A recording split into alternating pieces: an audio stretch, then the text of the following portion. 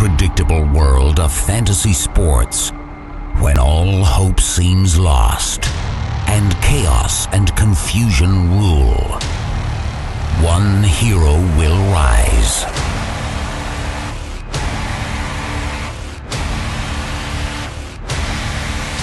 And change everything. GoingFor2.com. Because no one remembers the extra point.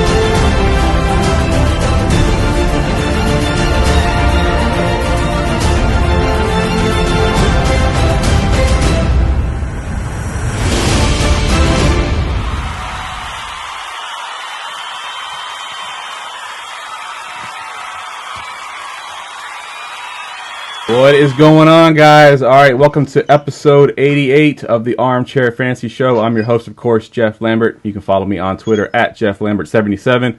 Coming at you live every Friday night on Facebook Live, Periscope, Twitch, and Twitter. Also, you can find us on YouTube Live as well. And also on all your podcast networks. You know, after the show has been done, it'll be posted to iTunes, Stitcher, and all that good stuff. All right, guys. With me, as always, is my co-host, Mr. Ryan Searfoss. How you doing tonight, man? Dude, fantastic. Starting prep for the Scott Fish Bowl. Check out my profile. I have consistency scores for everybody. I have total points over 30 for everybody over 20. Basically showing how people performed on a week-to-week basis. It's pinned to my profile. Nice. If you're in it, it's awesome. Nice. And Check it out. Show us your shirt. Show us your shirt. You got the Scott Fish Bowl shirt on. Yep. I got mine Absolutely. on tonight, too. You got the second one, and I got the Super Mario one, so good stuff. All right. Also joining us tonight, his first time on the show, Mr. Matt Williams, co-owner and managing editor of FSstatistics.com. You can find him on Twitter at Matt Williams. Matt Williams with 2 7s instead of L's in the last name. Matt, how you doing tonight, man? I'm doing awesome. Thanks for having me on the show. As you can see, I'm also wearing my Scott Fish Bowl shirt. just a little bit off camera. It looks like it is. Good Yeah, stuff. he had me faked out as soon as we walked on. I thought we were matching. Could have stuck with it. So you're Matt Williams. I got to go with the 7s in my Twitter handle because my name is, not exactly like very unique. So yeah.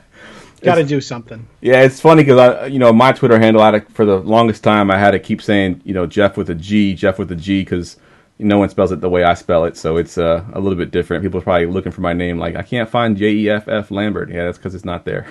Yeah, first time I was on the pod before I was a regular, I thought it was G off, and I just didn't say your name the entire time because I didn't want to mess it up. Yeah, I've definitely gotten that G off before. Actually, I had a lady that used to work for me, and she'd always spell my name, and she would reverse the O and the E, which spells go F. So I was like, are you trying to give me a hint here? Tell me to go F myself or what? So, hey, Matt, so you actually are in the Scott Fish Bowl, right? Did you make the cut? Yeah, I'm technically I'm in there more than anybody because I'm currently in 2 different divisions through some kind of clerical error. I am both in the Mario and Bowser division, so that is currently being worked on. So, yeah, I'm twice as good as everybody. You got the wow, what a big. double the one chances. guy at home. I can't get in. I'm in twice. So I'll be getting whittled down sooner or later here. Good stuff. Good stuff. Do you know which division you're going to stay in, or they haven't told you yet? Nah, right now I think it's looking like Bowser. I think, not really sure because there's someone from my site already in Mario, and I think he tries to stay away from doing that. So. Spread them out. Yep. Yeah, I'm in the Mega Man division. What division are you in again, Ryan? Banjo and Kazooie. Oh, that's right. All right. Yeah, it's going to be a lot of fun this year. I mean, I think it's 1,200 teams this year. Up, from last year was 900. So I'm looking forward to it. I can't wait till the draft starts on July 8th. Yeah, for sure. All right, Matt. So give us a little bit about what you do right now. You're co-owning and managing FF Statistics. I know it's a fairly new site, isn't it? Didn't it just start here recently, or has it been around for a while? We're all about like 16 months old. So yeah, relatively new. Run it with Addison Hayes, Adam Hayes. He does all the back end stuff, and I run the front end of the site.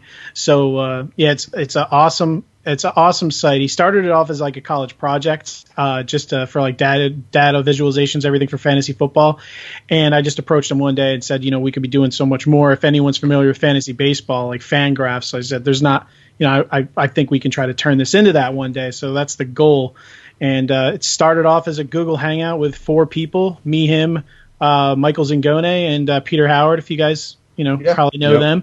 And then now we're up to like around like 40 people and growing and growing and growing. So nice. Yeah, I bought his project like the first day he had it like sold on Excel sheet, and it wouldn't load on my tablet. At that point I was like, it's all right. I was just supporting it, but he puts out awesome. It was awesome stuff. We actually have a database for Scott Fishbowl 9 on the site. It's on sale. Has extensive data and projections for all the players using the different format and scoring. It's only $1, and 100% of the profits goes to Fantasy Cares. We're not keeping any of it. Addison made it, and it's just on the. If you go to our site ffstatistics.com, in the bar there's like shop. It's like the very first thing says SFB9 database. $1 goes right to Fantasy Cares. Nice. Good stuff. All right, so we got lots to cover tonight. We'll start off with the news and notes tonight. I wrote a couple things down. I added some tonight as well because some news and notes broke in the last couple of days that I hadn't put on here. But we'll kick it off with wide receiver from the Redskins, Trey Quinn. The note here is looks that he's locked down the slot role. I was kind of the mind that I thought it was going to be Kelvin Harmon that's going to get that spot there as the rookie, but Trey Quinn, I guess, in the second year, looks like he's doing pretty well there. I believe he was undrafted last year. Ryan, what are your thoughts on Trey Quinn as far as Dynasty goes? Are you trying to add him to your teams? I've actually had some Trey Quinn shares. He's a guy he was a slot man before that, and Harmon, when he was with Haskins at college, he was on the outside. He was mostly his go-to deep guy, not Paris Campbell. But I think he's not profile as that. But I love Trey Quinn for them for late round flex option in a pinch.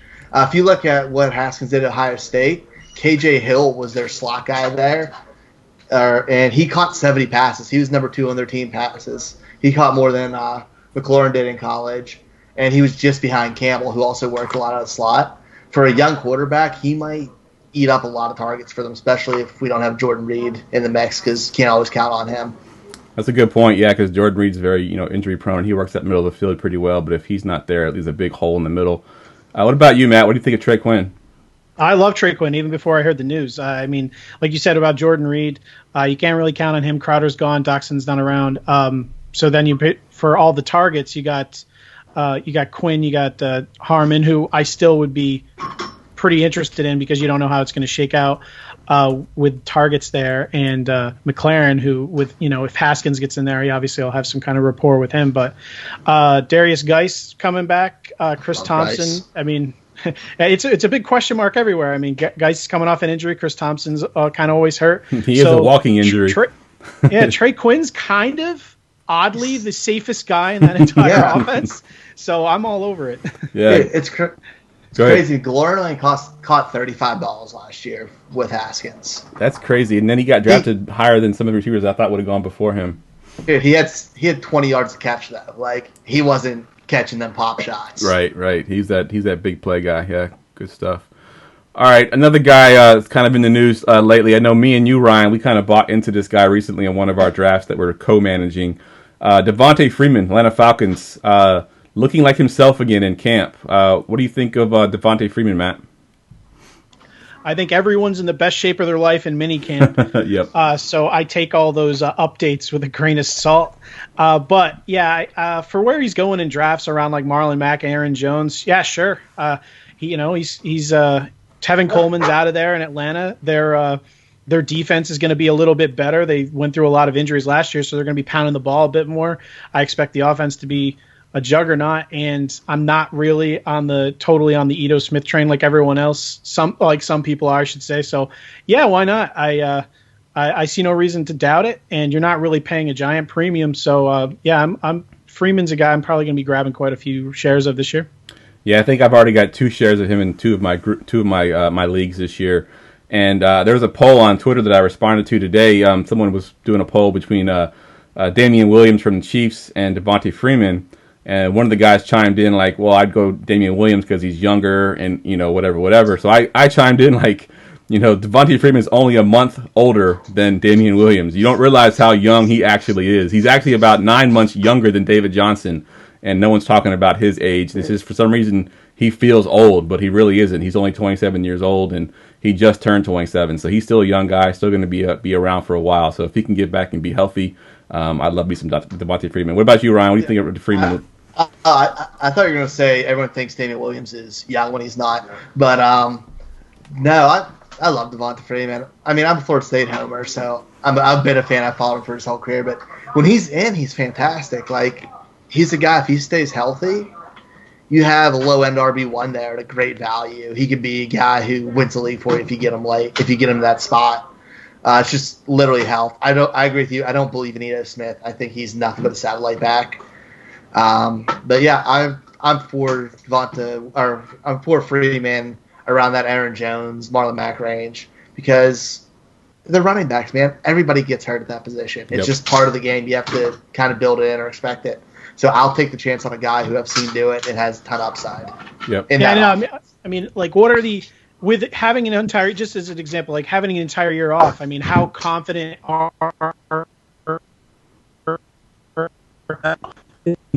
better than Devontae Freeman this year in that Jets offense versus Freeman in the Falcons offense? But there's, like, probably a round and a half, up to 2 rounds of difference you have to pay in the draft to get him. I mean, the redraft at least. So, yep. I mean, yeah, Freeman, very nice value where he's going. Agreed, 100%. All right, let's skip a couple of these smaller notes that I wrote down. We'll go right to my team here with Pettis. Predicted to be the number 1 receiver there. I don't think it's a big surprise there, but people weren't expecting Debo to be the number 2. They thought he'd be the slot guy, but it looks like it's going to be Taylor in the slot, Debo at 2, and Pettis at 1. Ryan, does this change your outlook on Debo playing outside as opposed to playing that slot role? I'm kind of surprised by it. I think they'll move him around, though. Because, like I said, we just finished OTAs. We don't know how it's going to work out. But Debo's a guy who they're going to have to get the ball. He's a talented receiver. He can do everything. He can go inside, outside. He runs pretty much the full route tree. He's been a guy I've been a fan of, especially because he can run after the catch and make plays. Yep. But no, I think his value's not going to make that big of a role. Marquise Goodwin's the guy who I'm kind of concerned with a little bit because I don't know where he's going to fit in. Right. But you'd know their situation a little bit closer than I would. Yeah, they got a ton of receivers there, and I was talking about this before. I think a lot of them are the same receiver. Pettis and Debo are very similar. Hurd is kind of that, slash guy. He can do a little bit of everything. Goodwin has a spot just because he is their deep threat. I mean, he is their guy that's going to stretch the field. So I think he has a role just because he's so different than the receivers that are already there.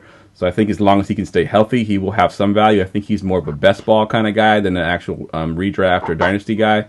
But in best ball, he'll have that, that 2-3 games where he's going to just explode for a big game. But nothing that I want to start on a regular basis. What about you, Matt? What do you think of the situation out in San Francisco with these receivers? I don't know. I mean, I really like Pettis a lot, but the situation has nothing to do with me thinking the San Francisco offense is going to be bad. I think it's going to be actually pretty good, but I think, like you said, they're all kind of the same wide receiver. So I don't know how the target share is really going to work out.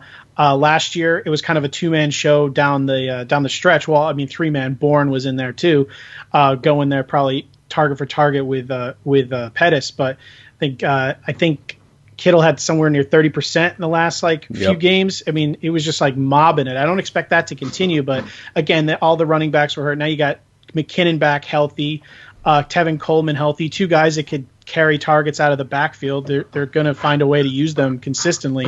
So I think Pettis will be good. I think he'll improve, except I'm not sure as far as fantasy goes if he'll take that next step. A lot of people are hoping he will, just because I'm not sure the targets will be there in the end, just as far as volume goes, because I think they're going to spread the ball around a little bit.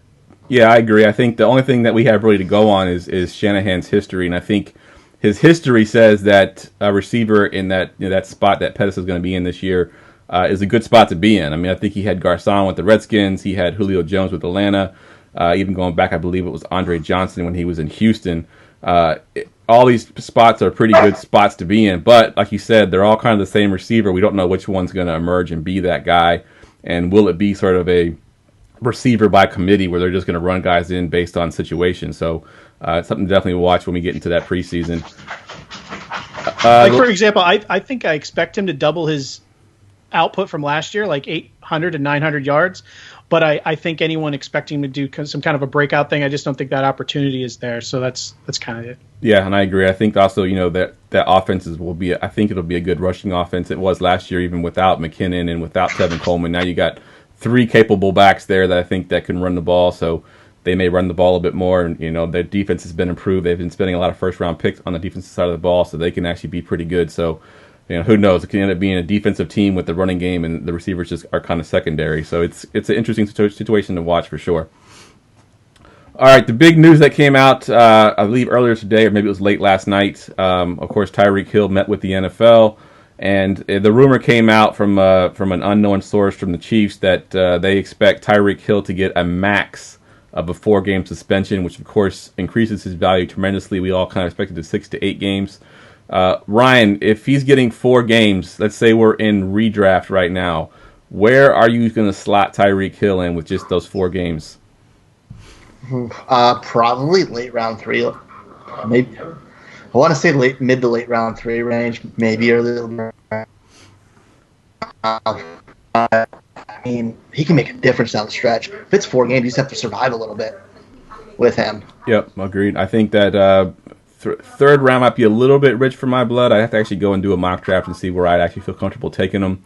I think the receiver position is so deep, but yeah, the advantage you get once he gets on the field is huge. I mean, you've got basically a receiver 1 that you can get in the maybe 3rd, 4th round. What about you, Matt? What do you think Tyreek Hill slots in? I don't know. I would probably a little probably after the 3rd. I would say before I would take him, it'd probably be the end of the 4th round is where I'd go. That probably I'm trying to think of like an ADP comp. I'm bringing that up now. I think right in the 3rd round. I mean, you're probably looking at the beginning of the 3rd. You might still have guys hanging around like Hilton. Maybe. So I definitely way after that. That's why I'm kind of just projecting probably at least a round down from there. He's definitely above. I would take him above. I don't even know. Yeah, go ahead. So I got some ADP. Tell me over or under. You said below Hilton. He's at 301. Yeah. AJ Green. Below. Aaron Jones. I know, different position, but yeah, below Aaron Jones. Thielen. Say below. Yeah, below Thielen. How about Amari Cooper? Below. Keenan below. All Diggs? Those. Below. Sony Michel. What's the next wide receiver on the board? Because that's after close. Diggs. Yeah. Diggs is at 4.3, which doesn't seem right to me, but wow. Edelman's at 4.6. Probably right there. Yeah, I think that's the sweet spot. The Michelle, the Patriot area, I guess, is the spot. Early round 4. Yeah, early round 4. I take maybe Brandon Cooks. So his Cooks is at 4.8, and Hill is at 4.8 right now. Yeah, I think that's a good spot to take a gamble on Hill over any of the guys on the Rams, like because they're all kind of bunched together just because of the timeshare, and you never know how that's really going to go in year 2. So that's probably a good spot. Yeah, I agree. I think that's where I'd take him as well. I think it also kind of depends on how your draft goes beforehand. Like, did you go RB and then get a receiver in the 3rd, or did you get a receiver in the 1st round? Then you got your receiver 1. Are you good to go for a while? So I think it depends on how you go in those first 3 rounds. If you feel comfortable taking Hill and having him sit for 4 games before you can actually use him. So good stuff there, though, guys. All right, let's get into some breakout or fake out guys. Basically, these are guys that the fantasy community, if you listen to Twitter, you listen to, you read some articles, everyone has them on their breakout sort of board. So I want to kind of talk to them a little bit and what y'all feel about them. and just label him a breakout for this year or a fake out. Now, this doesn't go toward a dynasty value. If these guys break out in year 3, they could still be a fake out for this year. So just think of it for this year only, 2019. And we'll kick it off with the QB position here with Josh Allen. And Matt, we'll go to you first. Breakout or fake out for QB Josh Allen? Depends on your definition of success for Josh Allen. I would say fake out because he was QB1 down the stretch. I'm kind of confident on him because he showed the ability to be very, very successful with his wheels, and now he's got quite a few. He's got John Brown, he's got Cole Beasley, and he still has the other weapons he had last year. So I think there's room to improve, and I think he'll do a lot better than the people that are really down on him are. And where his ADP is going right now, I'd say he finishes well above that, but he's still an inaccurate passer, way more inaccurate than Lamar Jackson, which people really get on him about. So in general, I'll say fake out if we're judging him on how his point value was at the end of last year. All right, fair enough. Oh, that's so nice. Someone saying something nice about Lamar Jackson on our show makes me so happy. Doesn't happen often. What about you, Ryan? Breakout or fake out for Josh Allen? I think it's a breakout. He's a guy I'll probably have on a roster here or there. He's a guy we get him late, and after the top 5 QBs, they're all interchangeable anyway. So I take my chances. His rushing upside's fantastic. He has more weapons. That offense is kind of built around what he can do. He throws the deep ball. He got some guys now between John Brown and Robert Foster who can just sling it too. Yep. And the one thing that's kind of getting overlooked, I think, they're going to get a lot of pass interference, a la Joe Flacco balls, and with those receivers, which is going to get that ball on the 1-yard line, 5-yard line. He's going to be able to just rush it in. Because he's a big body dude who can just take it up the middle. I think that rushing touchdown upside is going to be a nice bonus. That's actually a great point. John Brown can go get it. So you probably got a good call there. Defenses better look out for those pass interference calls because John Brown's going to run down there and the ball's going to be sitting there waiting for him. Yep. I don't believe John Brown's good anymore, but I believe he's good in that role. Yeah. The run down the field really far, grab a ball. Yep. That's what he's good for. Or pretend to grab a ball, one of the two. Bitter Ravens fan over here. I think I'm on the breakout side, and I think kind of what Matt was talking about. I think you can be a breakout fantasy quarterback and be a bad NFL quarterback, and I think that's where he's going to fall into. I don't think he's going to be accurate. I don't think he's going to be winning games for Buffalo. He will win games, but he's not going to be the reason they win games. He might be the reason they lose some games because of his inaccuracies. So I think he can be a breakout in fantasy. I think I may have him in my top 12 at quarterbacks this year based on his rushing upside and the touchdowns that he might get rushing. But I don't think he's going to be a breakout in the NFL sense. I don't think that the Bills will come out of this season feeling real comfortable about Josh Allen being their quarterback going forward. I think it's kind of in the situation where Cam Newton was a couple years ago, where his running ability and his passing ability didn't quite match up, and he finally put it all together. The question is, can Josh Allen do it? Man. Can't disrespect Cam like that, but but the thing is, if they build the game around what he's doing, he doesn't have to be kind of like Lamar Jackson. He doesn't have to be the prototypical passer to be good in real football. I get that, but can you win that way? Yeah, why not? If they have a really good defense, which they do, they're a top 5 defense. They have a hodgepodge run game, but they'll still be effective. I think they can be a wild card team with that. Okay. Fair enough. I'll buy that.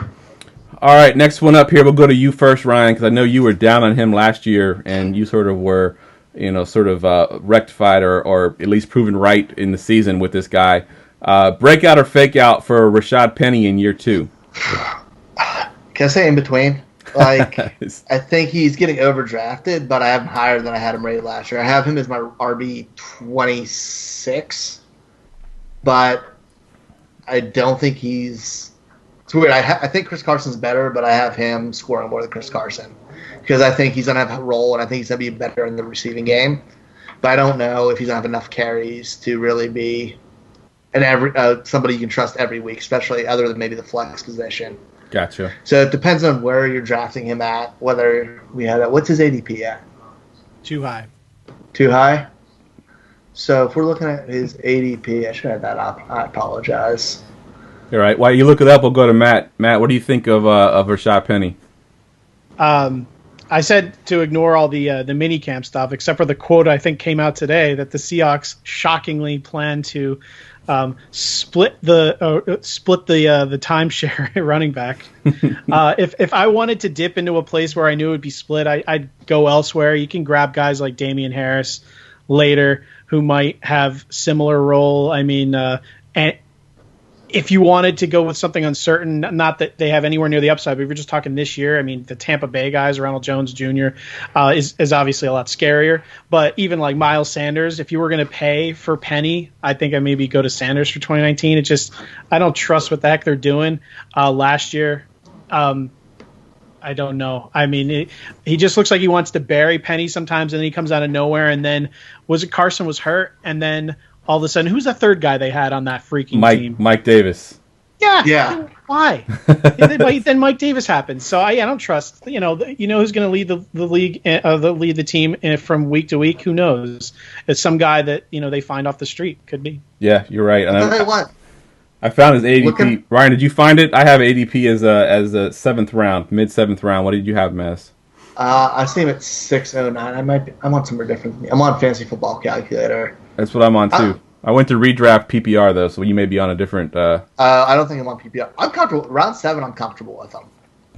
Yeah, he's being drafted right around. If you go off ADP, I consider that fine. Like he's an upside guy. I'll draft him there. Yeah, he's there with Lamar Miller, Latavius Murray's in that range. Jarrell I take Henderson. him over all of them. I have him slotted at 177 carries and 36 receptions. So I mean, he's gonna get some. I think he's gonna get some volume. Yeah, and that offense too. I mean, they run the ball a ton. They're gonna run the ball a ton. Yeah, you can have two running backs there, and both of them be viable. So yeah, I agree. I'm gonna go with a mini breakout. I'm not gonna say that he's gonna end up being your RB2. I think he'll be a good flex position for you. I think getting him in the 7th round is a good spot. So breakout based on weeks, I bet. What was that? Bet he gives a few good weeks, like huge weeks though. Yeah, he's gonna be like he'll have a week with like 30 rushing yards, and then I'll have one with like 170. Yep. Yeah, you're probably right. He'll be on your, and you'll have him benched. Yep. He'll be frustrated. I should probably say all my takes are I'm risk averse like crazy. When it comes to some things like in that middle rounds there, so like when you say Lamar Miller next to him, like I'm taking Lamar Miller every time, and everyone's like, "Boo, Lamar Miller!" he literally delivers all the time. You know what you're gonna get. You're not gonna have him on the bench, but he's not gonna have your 30-point game, but he's not gonna give you a 0. He's boring and he's productive. That's true. That is true. All right, next one we got here is a receiver in his second year, started to break out, sort of ends into the end of last year, and that's wide receiver Courtland Sutton. Matt, we'll go to you first. What do you think of Sutton this year? Breakout or fake out? Breakout. I like what I saw. More importantly, I don't believe in Deshaun Hamilton at all. And obviously, Emmanuel Sanders is dealing with an injury. Noah Fant, I like a lot in that offense just because of obviously the relationship Flacco has with tight ends. But, Sutton is the wide receiver there. And at least for a good portion of the year until Sanders, if he's ever truly ready to go, I think he's the guy. So I think he should be pretty solid for where he's going in drafts. I like him. Breakout. All right. What about you, Ryan? Courtland Sutton, breakout or fake out? Breakout. I like Sutton. I think Flacco will force him the ball. He's going to be a big-time red zone threat. Kind of look at it like some of the old receivers he had, like the big physical guys who he locked onto, like Anquan Bolden, Michael Crabtree. They all got red zone work. He hit him over the middle, working the seams. I think, like you said, him and Fant are going to be big time for them. And Fant might be the first rookie tight end I've ever really been heavy on. Nice. All right, we'll go ahead and sweep it. I won't talk about him too much. You've kind of covered him already.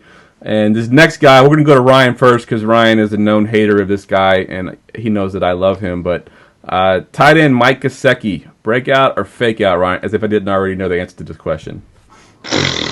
Fake out. Yes, he's fast and can jump, but it's not functional speed and it's not functional athleticism. I think he's too small to be a tight end, even though I know he's not going to be in line blocking. But they're still getting hit by linebackers. It's going to be kind of like Jordan Reed-esque, kind of like Trey Burton-esque. These undersized tight ends who are athletic, it's cool, but they don't really always hold up if they can't stay on the field. And I don't know if he's really that good of a pass catcher. Plus, that team's just terrible. Like, they're not. If you led with that argument, I would buy it. If you led with they're just terrible and no one's going to be good there, I would maybe nobody's going to be good there. Yeah. I mean, what's Gesicki going to do? Maybe start him twice in the year where he's usable if you're lucky. All right, fair enough. Matt, what are you? Breakout or fake out of Mike Gesicki? I mean, I don't know what you want me to say. He's free in leagues, so I mean, if you're drafting him with a last pick, I mean, if Rosen gets the job, he's not. They got Kenny Stills, Parker, Wilson, and then I don't know. I don't believe in the running back situation much. I'm not a Drake guy. I think that they're going to be behind constantly and they'll be passing, but I can't imagine a scenario where he ends up being valuable enough this season on that bad team. I think that maybe he'll show improvement from last year, and that going into next year, maybe we're talking more about him. Not maybe if said Rosen gets the job and they develop something, but as far as this year, I would find it hard to find a spot on my roster. I just don't expect much. So yeah, fake out. All right. Well, I guess I'm going to be the only one going breakout here. Like you said, there's nothing else there. You know what I mean? We saw what Jared Cook did last year with the Raiders. When there's nobody else to throw to, you got this athletic guy out there on the field. They're going to get the ball to him somehow, some way. I mean, it's not like they're going to go through the whole season and not complete a pass. So it has to go somewhere. So if it's going to go to somewhere, I think it's going to go to Mike Gesicki. I think I'm calling him a breakout, but I'm not putting him into the top 12 yet. I will probably have him as a high-end tight end 2, maybe a little bit higher if we're talking about tight end premium leagues, but I think from where people are drafting him, like you said, he's basically free. I mean, he's going below some of the guys that aren't even starters right now, and he's going below those guys. It's crazy how deep he's going down. I mean, last year he was the number one rookie coming out as far as tight ends, and we all know that it takes at least a year or two for them to kind of break out, and then kind of just forgot about him and just sold him out. Like, okay, he sucked last year, so we know they're going to suck the first year. It happens every year, so. Go ahead. I know a rookie tight end who didn't suck last year, but hey, who would you rather have? Who would you rather have, Gesicki or Jimmy Graham? We're talking redraft, obviously. Yeah, redraft. Honestly, if I'm drafting Jimmy Graham, he's probably my second tight end because I probably would have gone a little bit earlier than that. I think I'm taking Gesicki for the upside. Yeah, I just thought that, if you believe in him, I mean, Graham's I guess I'll take Graham tier, I mean, so if that would be the spot where if you believe in Gesicki, you go for it. Yep. That's kind of where I'm at, I guess. I'm going for the upside there. I actually have him at Dynasty League as my tight end 3.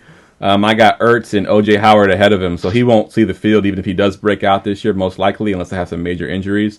But I made a trade for him this offseason to go out and get him because I think he can actually break out. Maybe it's not year 2, maybe it's year 3 when the quarterback situation gets a little bit better. But I think he's going to be better than people think that he is, and I think he's going to be better than what he's drafted at as well. All right, let's go back to the quarterback position here, Ryan. We'll go to you first. Sam Darnold, breakout or fake out? Breakout. I love Sam Darnold. He was my top QB when he came out, coming in the draft. I think he has all the tools of a big-time QB. And I think they're building around him the right way. They got him. He has a good tight end in Herdman, who's up and coming. They have Lev Bell to protect him as a dump off. He has his deep guy in Robbie Anderson. They have some talent around him now. And they threw 582 times last year on the Jets. Wow. And some of that was with McCown, so that hampered the numbers a little bit. But they trust that kid, and they're building around him. I think the solid run game's going to help a lot. And I like what they're going to do. I still can't see them being a great team, so they're going to be playing from behind. I can see some garbage time going. He's not going to be my number one QB on my team, but he's a guy who's going to have streaming consideration, and I'll probably buy it cheap in Dynasty. All right. What about you, Matt? What do you think about Sam Darnold? I like him. Breakout for sure. Like you said, they threw a ball a ton last year. Now you add Le'Veon Bell. Don't know what to expect from him, but you obviously can use him a lot out of the backfield to bail Darnold out a lot on some outlet passes. And he showed a lot of, well, I should say a lot. He showed occasional some kind of a relationship with Robbie Anderson. I mean, right off the bat last year, it looked like, holy, what are we going to see here? Remember, like it was like maybe like the first couple plays of the year, and then he just ghosted us for like weeks, and then he came back towards the end, where it looked like they developed a little more rapport or relationship. So Robbie Anderson, Quincy Enunwa, Jamison Crowder, I think that Darnold's going to take a big step up this year. So yeah, breakout. I think they're going to be still not very good, like you said. So they're going to be throwing the ball a lot, and where you're grabbing him in drafts, which is pretty much the bottom, almost like second. I don't know, maybe like the third of the draft. The third tiers. Yeah, that's a good spot. Yeah, I agree. I think that he's also going to be a breakout for where you're drafting him. And I pulled up Robbie Anderson's numbers last year because he did have that sort of lull where he didn't do a whole lot in the middle of the season, and then towards the end of the season, it seemed like they kind of clicked. I mean, so the last 3 games of the season, 11 targets, 7 receptions, 96 yards and a touchdown, 13 targets, 9 catches, 140 yards and a touchdown. And then in the last game, he had 3 catches for 24. But those 2 games before that were just monster games for Robbie Anderson. If they can kind of keep that chemistry going, I think Anderson's a very talented receiver, and I think Darnold can definitely blossom in year 2 and be the guy that they drafted, as high as they did. So I'm going breakout as well. All right, Matt, we'll go to you first this time. We're going back to Denver again with their running back situation there. Of course, last year the big talk was Phillip Lindsay, and now everybody seems to be kind of shifting their focus towards Royce Freeman. Is Royce Freeman a breakout or a fake out for you? This is a hard avoid for me, actually. I believe in Royce Freeman, actually, but there's no reason not to believe in Phillip Lindsay, which is the issue. This isn't a Carson Penny situation for me where Penny looks like he should be the superior back, and we're just waiting for him to take the job. Freeman, I believe, is the superior back, except there's nothing that Lindsay showed me that he should lose real playing time. So I think you're just looking at a timeshare here, whether you like it or not, even if Freeman shows off. So I think if Freeman is going to steal the job and Lindsay's going to break down because he's too small, that's something that maybe doesn't happen necessarily this year. It could happen in the future. So in Dynasty, sure, Freeman's the guy. I think long term, just because I think he's built more for the game. But in 2019, I don't really see it. I think Lindsay's probably going a little. I don't know. I think a lot closer numbers than they were last year, but I don't think that's necessarily enough to call Freeman a breakout this year. Yeah, good call there. I actually had Royce Freeman. I drafted him last year in my rookie drafts, and had him last year. And there was a point in the season where he was actually one of the most efficient per carry guys in the league, not just for rookies, but in the league. And then he got hurt, and it was just he didn't come back the way he was before that. And then of course Lindsay blew up, and he couldn't see the field enough, so he kind of fell off. But I brought this up in one of my recent articles on Fantasy Pros, and their new coach now is the former defensive coordinator for the Chicago Bears. And of course, the Bears had a 2-back system with Jordan Howard and Tariq Cohen. I think that he wants to bring that similar mindset to the Broncos as a defensive side guy. He wants to run the ball, and their offensive coordinator is a QB coach from under Kyle Shanahan, so they know how to run the ball. Shanahan had that sort of 2-back system with Tevin Coleman and Devontae Freeman in Atlanta, so that combination, I think, it kind of lends itself to a 2-back system. And I think Freeman and Lindsay can both be fantasy viable, but unfortunately they're both going to kind of vulture each other, so neither one of them will be like an RB2 or RB1. But they'll both be good for fantasy on a flex sort of RB3 way. What about you, Ryan? Breakout or fake out for Royce Freeman? I kind of hate him for this year. I like Freeman the player, but I hate both his backs for this year. I think it's going to be very similar, like you said, Chicago. I brought up his game by game stats. His games with his most carries were all, other than week 17 where Lindsay was out, were all games where they won by a decent amount of points. And games where they're leading, he's probably going to get a good amount of carries. In games when they're playing from behind, we're going to see Lindsay. So maybe in daily fantasy, I'd mess with them, but I'm going to pass. There's other guys in those areas for both those guys. All right, fair enough. So hard pass for me. You're going fake out for you. Ryan, we'll just stay with you to kind of speed things up here a little bit. We're going to go with wide receiver Curtis Samuel. Breakout or fake out? Breakout. Curtis Samuel, I think he's fantastic. I think both him and DJ Moore are fantastic for Cam Newton. They play right into what he does well. Curtis Samuel's super explosive, and you could tell last year when they were starting to do it, they were finding ways to manufacture him getting the ball, whether it be bubble screens, end arounds, just getting it places where he could run after the catch and make plays with his athleticism and use them all over. I love it for that offense, and I think Curtis Samuel's a guy you can get super late who has a ton of upside. I think he's a solid flex wide receiver 3 type guy. Yeah, I'm going breakout as well for Curtis Samuel. I actually tried to trade for him today in one of my leagues, and the guy was just not having it because he'd heard all the rumors, too, about potential he'd be the number 1 receiver in that offense and not DJ Moore. And, for those of y'all that watched the show on YouTube. I disagree with that. Well, it's a possibility because, DJ Moore wasn't much better than Samuel last year, so who knows? DJ Moore's fantastic. I love that. But, yeah, I was going back to my intro. If you watch the intro show on YouTube or on Periscope, the little play that I have on there on the intro is Curtis Samuel, where they're flipping the ball to him and he's breaking tackles and making everybody miss on his way down the field. And that play that they did, I think it was Tampa Bay they're playing against. And that's how he is. That's how he's used. Sort of get him the ball in that sort of role, just give him an open space and let him make plays. What about you, Matt? Curtis Samuel, breakout or fake out? Oh, breakout for sure. I agree with Ryan though. As far as DJ's definitely the wide receiver 1. I don't see any way around that. But if I had to pick one receiver there as far as value, it's Curtis Samuel. It's not even close. There's no way they should be going as far apart as they are. I think it'll be closer than in workload. But DJ is, I think, a prime time, like almost superstar type talent, and Curtis Samuel isn't quite that. But he's a really solid wide receiver. And that is their 2 options. Greg Olson's not going to, give you a whole lot. He probably pulled something or broke something while we were talking about him just now.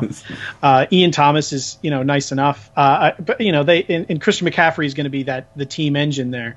The only thing that worries me at all is, I guess, Cam's shoulder. I haven't really heard anything negative recently about it, so I'm going to go ahead and assume he'll be all right. Probably, bounce back of sorts for him because he's going probably criminally late in drafts for someone who doesn't actually have any negative medical reports at the moment. Yep. So yeah, Curtis Samuel, breakout for sure. He's going like way too late. Yeah, definitely. If you guys play best ball, grab Curtis Samuel. Yep. It's ridiculous. I think I grabbed him in my best ball I did with you. Oh, really? Oh, nice. Yeah. All right, Matt, we'll stay with you. And we'll do the last one on here, a tight end, Mark Andrews for the Ravens. What do you think of Mark Andrews? Breakout or fake out? I'm going to fake out the entire Ravens offense. They have talent. They got Boykin. They got Hollywood, who I guess is looking at probably some injuries. But, they're going to be running the ball about 1 billion times.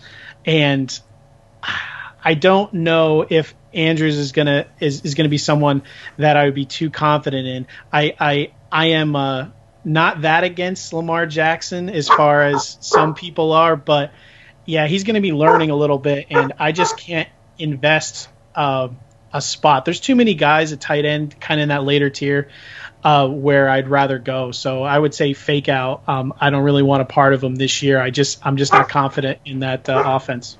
All right, Ryan, I know you are on the opposite end of that because we actually drafted him in the team that we co-own. Give us your points on Mark Andrews and why you think he's a breakout. Okay. If you hear my dog barking, it's not because he hears somebody. It's because he's pissed off about that take. I like Mark Andrews, by the way. I love his talent. Maybe next year. I have Mark Andrews in my top 7 this year. Top 7? Wow. He's my top 7. I think he's getting the ball a ton. Jackson trusted him as a rookie. Andrews was super efficient last year. Yards per reception, he was second in the league for tight ends. Yards per target, he was second. Catchable target rate, he was 7th. He was lights out, man. He averaged 16.2 yards reception, which probably is not sustainable, but even if it goes down to the 14 range, he's good. He was throwing them down the field in the seams because Jackson's highest completion rate was down the seam. So he was averaging 10.9 for average target distance, so his ADOT was nice and high as well. He's somebody to trust. Marquise Brown, who's gonna get the ball. I think there's still a lot of questions. Willie Snead's just boring. He's gonna get a few targets, but he's not as athletic as Andrews is, who's 30 pounds more. Andrews is gonna be his dude this year. I think they're gonna feed that offense when they're not running through them. And Jackson, 3 more attempts a game puts him as a 3,000-yard passer. Somebody has to catch some of those balls. So that's why I'm leaning that way. All right. Quick question. I don't actually disagree with a lot of the stuff you said, other than who do you if he's in your top 7. I'm just curious who your top 7 are, because I think Kelsey, Ertz, Kittle, Howard, Henry, Ingram are ahead of him. So I mean, you have them like Cook, Vance McDonald, Njoku, Hooper. You have them above guys like that.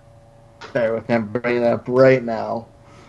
Yes, I do, but let me see. My thing will load. I have him behind obviously Kelsey, Kittle, Ertz, Ingram, OJ, Ebron. I haven't ahead of him. I haven't had a Hunter Henry. I don't trust Hunter Henry, especially with Mike Williams' issue. There's a lot of targets to feed there in that offense, especially with both backs too. I just trust you have in front of Hooper and Vance too. I do. I think the reason for it is because of the targets, man. All those guys have these elite receivers with them. Baltimore doesn't. Yeah. He's their top guy. I think he's going to lead their team. I think he's going to lead that team in receptions. If he does that, then yeah, I think that you're right. I think he will be in that top, at least top 10, if not top 7, if he does lead that team in receptions, because they will throw the ball enough to be, to make him viable. But go ahead, Matt.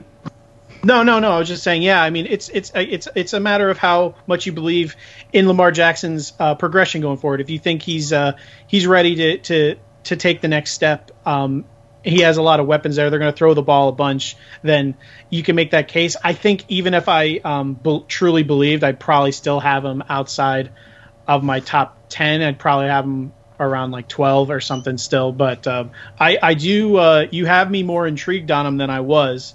But yeah, I don't think I'd be still quite as high as you are. Regardless, that's a little high for me. Last year was his receiving total was the third best for a rookie tight end since Gronk, the year, not including that year with Gronk came in. Yeah, I mean, he has some impressive numbers here. I'm trying to pull up where I've got him. I know I've got him pretty high. I got him at tight end 10, actually. I got him probably above. Because you've heard me yap about him so much. Yeah, literally every podcast. Literally every show. I sell him. Yeah, I've got him above Jared Cook. I got him above Ebron, Trey Burton, but I do have Vance McDonald, Hooper, Njoku all ahead of him. So he's my tight end 10 right now. So I like that list, team. I think 10 probably sounds pretty good. That sounds like a pretty solid place. All right. Take a quick commercial break. On him 2 months ago than I am today. Go ahead. What was that, Ryan?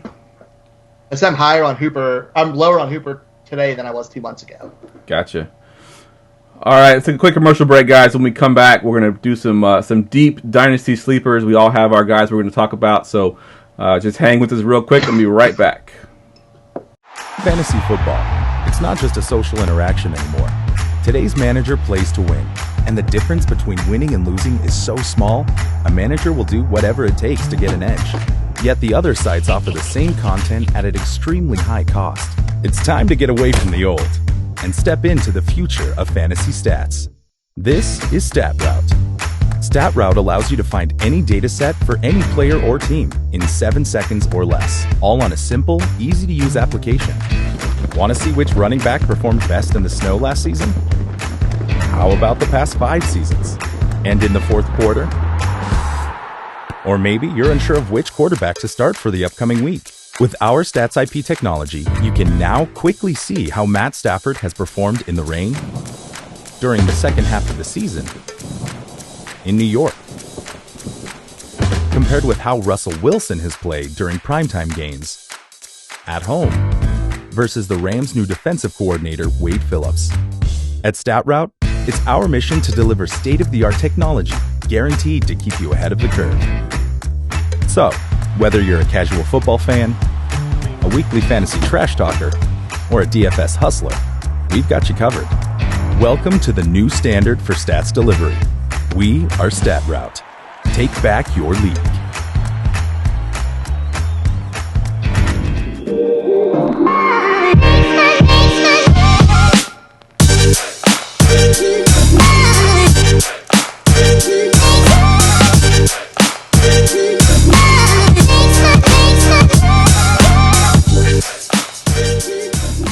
right, guys, welcome back. I'm here with Ryan and Matt, and we are about to break down some deep Dynasty sleepers.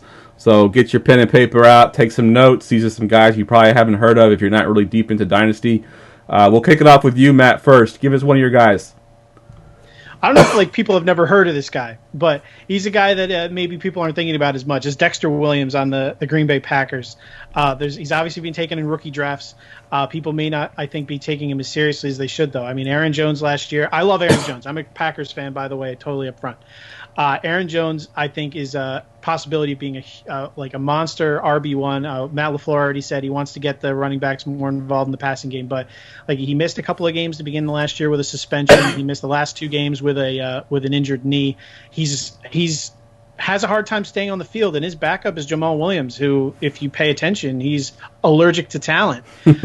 So, if something happens to Aaron Jones, all of a sudden Dexter Williams goes into a very, very powerful role with the Green Bay Packers. I mean, he's very quick.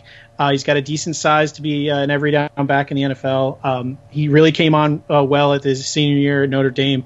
In just 8 games, I think I have his numbers here. He had 995 yards, 12 touchdowns, caught 13 balls. So Dexter Williams is, I think, a guy people need to take a lot closer look at on that Packers offense. Nice. I hope you're right, because I actually added him off waivers after my draft was done. We only have a 3-round rookie draft, so he didn't actually get drafted in the first 3 rounds. So I added him immediately after the draft, and I got him sitting in my taxi squad right now. So hopefully he does sort of pop. I need some running backs to pop because I have a very shallow bench. All right, Ryan, give us your thoughts on Dexter, and then talk about your guy. I mean, the most important part is, can Dexter Williams run block or pass block enough to to have Aaron Rodgers keep him on the field? Yep. Jamal Williams. It's the only reason he's on the freaking team. I hate it. It's so bad. Yeah, I have no idea what to make of that backfield. I take a flyer on him, but I have no idea what to make out of that man. All right, it's more about it's a well worthwhile lottery ticket throw. It is for guys that you are taking well where he is, or even free. I mean, one injury and he's really valuable, and you can't really say that for guys down in his level. That's pretty much the deal. Yep, good point. I 100% agree with that. Ryan, what's your first deep Dynasty player? I'm going to go with the guy that I got all kinds of crap for this week is Tre'Quan Smith. I mean, this dude is sitting there. He's essentially the Saints' number 2 receiver. I know everyone's saying that, but Teddy Gitt's not going to catch more than 40 or 50 balls. His role, 90 passes last year, which was good, or 90.3, which was of catchable targets, which was good for 8th in the NFL. Breeze's QB rate when targeting Tre'Quan Smith was 3rd in the NFL at 133. He averaged 15.9 a catch. They're going to throw the ball a lot. They threw 519 times, which was low for a Drew Brees offense. I can see that going up with losing Mark Ingram. I know Latavius there, but I don't think he's that caliber running back. And the weeks when Tre'Quan Smith was starting and before he got hurt, he averaged over 4 targets. His targets went from he scored over 100 yards on a 4-target game in a 13-target game. So he showed he could produce either way off of big plays or getting pure volume. I think he's a guy that going for basically, again, nothing in drafts could give you a flex upside for free. And if, unfortunately, something would happen to Michael Thomas, which I never want to see, he's a dude who could blow up. All right, you guys must have taken a look at my fantasy squad before you came on the podcast, because I also have Tre'Quan Smith on my roster as well. So I hope you're both right about your players, because I would love that for my fantasy squad. All right, my guy is a little bit deeper. You may not have heard of him just quite yet, and he may be another year before he actually breaks out. He's 6'5", 270 pounds, former basketball player. This guy is humongous, and that's Mo Alley-Cox, tight end for the Colts. Of course, we all know Eric Ebron and Jack Doyle are both there, but they're both in the last year of their contracts. So Mo Alley-Cox last year didn't do a whole lot. He had 7 catches the whole season, but 2 of them were for touchdowns. And if you follow the DFS podcast version of this show, I actually had him as my sleeper tight end in one of the weeks, and he caught that touchdown the week that I actually played him. Had him at minimum salary. the guy is a monster. I mean, if you see him stand next to Eric Ebron, he just dwarfs this guy. He is a basketball player, so he's very athletic, and I think that if Eric Ebron and Jack Doyle are both gone after next year, Mo Alley-Cox steps into that role and could be Andrew Luck's go-to target in the red zone, which, at 6'5", 270, why wouldn't he be? All right, Matt. Go ahead, Ryan. What were you gonna say? He was trending on Sleeper. He was number one trending player on Sleeper last week. It's because I added him. Who the hell is this guy? Yeah, I actually had him in DFS last week, and everybody gave me shit for it. I believe it was a Monday night game. It was the night that Eric Ebron actually went off, but he had a touchdown in that game, and then he had a second touchdown that was literally called back, and then the next play, Luck threw it to Ebron for a touchdown instead. But had Mo Alley-Cox kept that touchdown, I would have made a lot of money that night because he was very low owned. All right, Matt, we'll go back to you. What's your thoughts on Mo Alley-Cox, and then go ahead and give us your next guy. He definitely has the build to be a big-time tight end if he could, or a red zone presence too, if he could find some time with the Colts. I mean, they're going to have, obviously, timeshare issues this year, but you said they're on the last year of their contract between Doyle and Ebron. My guess would be Ebron is a mercenary role. He'll probably leave. I think that Luck really does like Doyle, and he'll be back. But he'll be a little bit older, and you said this guy's really big. So I think either way, even if Doyle stays, he'll find a role on the team.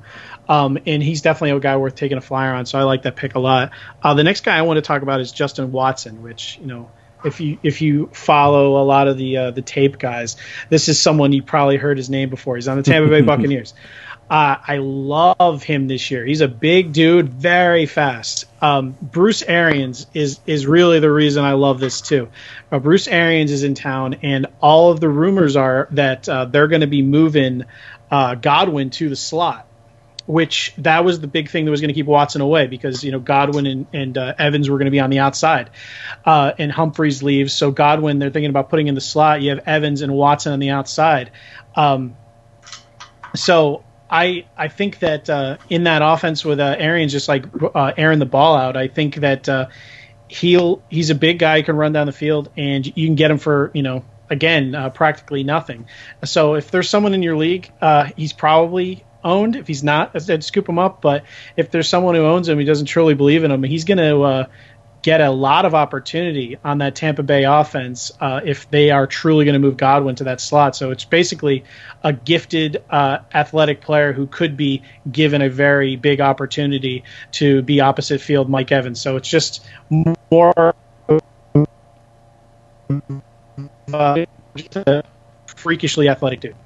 Yeah, I actually had Miguel Shapton on my podcast the year before Watson came out, and he does this PSI model where he has the receivers sort of ranked based on their metrics and what they do in college. And he had Justin Watson, I think, number 2 overall that year, that rookie class that he came out. And I had him on my podcast, and he was talking about him. And the whole time he's talking, I'm like, all right, I'm going to get this guy in the 5th round of my rookie draft this year. But because I had him on the podcast, one of my friends listened to the podcast and drafted him right before me. So I'm actually hoping you're wrong in this sense because I missed out just barely on this guy. If he blows up, I'm going to be very pissed because I actually shouldn't have had Miguel on until after I drafted. All right, Ryan, what you got for your next deep dynasty guy? Next guy I have is Premier Handcuff is Benny Snell. I know people know him because he was big deal in college. He was killer for Kentucky at 1,400 yards last year. He was an absolute workhorse. Coming into Pittsburgh's offense, who we've seen just be a one-back system for years now. I don't know how much I believe in the timeshare thing, but I know as many carries as they give their running backs, they get beat up. And I'll take a guy who I know if there's an injury, he's going to get 20 touches a game. And Snell is built for that. I think he has a little bit more receiving upside than Connor does too. And they're basically the same player. He's a guy, I think, if he could somehow get in there, even if it's a week, he's the kind of guy who's not going to let go of that starting role. I'll bet Benny Snell where I can in Dynasty, and I wouldn't mind taking a late round flyer on him in redraft either, just to protect investment, even though I'd rather draft him if I didn't have Connor. All right, good stuff. All right, we're running a little bit long here, so I'm going to go ahead and cut that segment short here. we'll go ahead and jump into the next segment. It's going to be the this or that segment. Let me hit the drop real quick. Here they come, yo. Here they come. Here they come, yo. Here they come. Here they come. This or that. This or that. This or that. This or that. This or that. This or that. This or that. This. All right, so this or that. Basically, you are on the clock. I'm going to give you two guys. You tell me which one you draft and why. We'll do this in quick fire format so we can get to our new segment at the end of the podcast, our Forgotten Fantasy Player. Matt, we'll go to you first here. This or that, Devontae Freeman or Leonard Fournette? I want nothing to do with Leonard Fournette. So, I mean, whoever the other guy is you named. Devontae Freeman, we already went over why he could be a monster this year. But Fournette, like I said, I'm risk averse, so Fournette has all the capability in the world to blow up and be a great value if he shows up. But Freeman for sure. Fournette, I don't trust that at all. All right, so more of a detriment to Fournette than it is a boost to Devontae Freeman, right? Yep. All right, Ryan, Marlon Mack or Aaron Jones? Marlon Mack, I don't trust the Packers offense at all, and I think Indy is committed to Marlon Mack being their top guy. All right. Back to you, Matt. We got Mike Williams or Tyler Boyd. I actually like Mike Williams. AJ Green, we don't know what we're going to expect out of him, but Mike Williams is going to have a lot more balls thrown his way since some guys left San Diego. He's a really big guy. The red zone target is going to stick there. Keenan is still going to keep all the eyes are still going to be on Keenan Allen. So I like Mike Williams as Philip Rivers tries to redeem himself from the end of last year. All right, good stuff. Ryan, back to you with two Rams receivers. Robert Woods or Cooper Kupp? This is redraft. Robert Woods. Cooper Kupp's coming off a late season injury. We had Ethan Turner on here a few weeks back who told us that his ACL is not something that can be recovered that fast where he's 100%. Plus, I think Robert Woods is a better receiver anyway, so I'm going to lead Woods. All right, we're going to go to two guys that we kind of talked about already, two quarterbacks. Matt, Lamar Jackson or Josh Allen?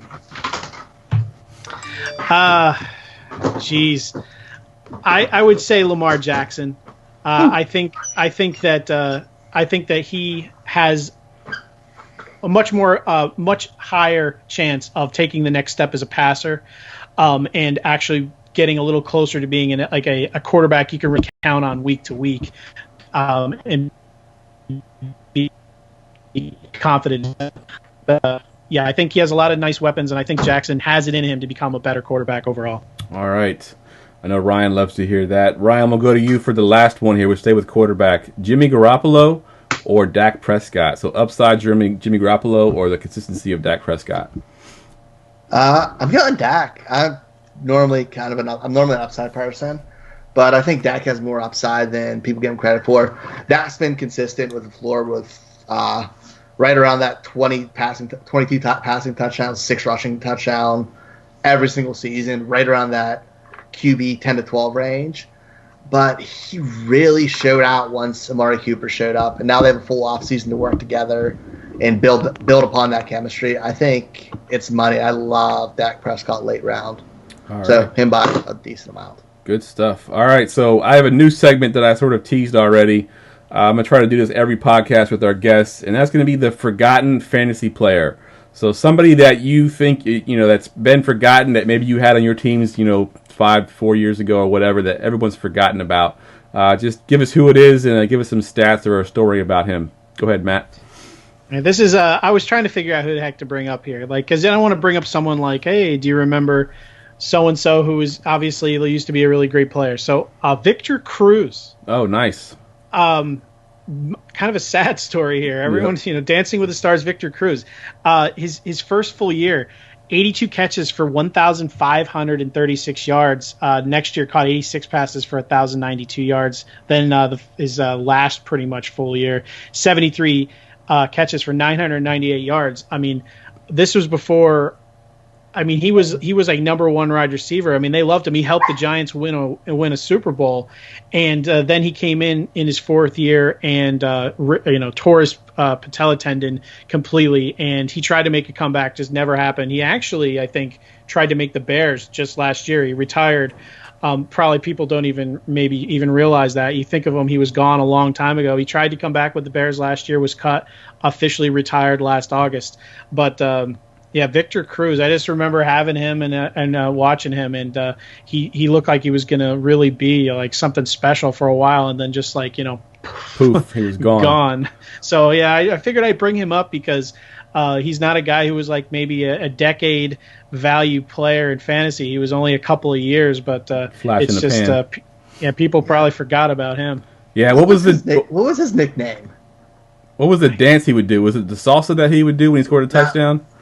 Yeah. I don't know. Actually, I don't even know the name. I don't want to butcher like whatever it does. But yeah, he did that. That was the thing he was known for, is doing the little dance. Didn't he do Dance with the Stars? Am I making that up? No, I think you're right. I think you're right. But yeah, it was just sad. I was going across all these guys, and I come across Victor Cruz. I'm like, oh my God, Victor Cruz! I gotta bring him up. So, nice. Victor Cruz, we salute you. Good stuff. All right, Matt, give us one more time where we can find you on Twitter, where we can find your stuff online. On Twitter, you can find me at Matt Williams, MATTWI77IAMS. I do a bunch of work over at ffstatistics.com. I host the Daily Blitz podcast. Right now, I'm actually doing a whole series from Scott Fishbowl 9. I'm having guests from every single draft slot, and I'm doing the draft strategy, so every single person could see what everyone else is thinking. Do DF Statistics, DFS podcast for there too, and I am also the CFO of a company called Clipcast. I want to tell everyone just a little bit about it. It's basically like the Google or like YouTube of podcasts. So right now we're just focusing on fantasy football. Go to clipcast.app, and we're also in a couple weeks going to be having an actual app on the App Store. Type in a player, team, anything you want to think of right in the bar. It'll bring up all relevant podcasts who talked about you most recently. It'll just show you like a 20 to 30-second clip of just what you want to hear about. If you like what you hear, you click on it, you go right to the podcast, and it'll also make you a playlist so you can take it with you and filter it a bunch of different ways. But it's really awesome tool that I'm pretty proud to be a part of. Yeah, I'm actually I was one of the first podcasts that were put on Clipcast, and that's great that I actually missed that in your profile, that you were part of Clipcast, because Clipcast is awesome. I mean, you literally go there, you type in Antonio Brown, and it's going to bring up all these podcasts that mention Antonio Brown, and you can listen to just that segment. And like I said, if you like what you hear, you click on it, you can listen to the whole thing. It's an awesome tool that I use a lot. And so if you haven't checked that out, definitely check that out. And it's cool that they're going to have an app here pretty soon too, because that's going to make my life so much easier. Yeah, we're actually covering the Scottish Podathon. The 24 hours of podcasting.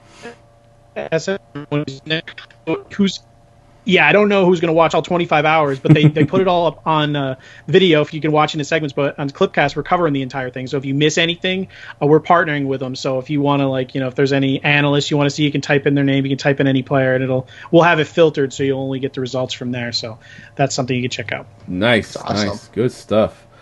All right, guys, that's the end of the podcast. For Matt, for Ryan, I'm Jeff. We'll see you next week. Peace.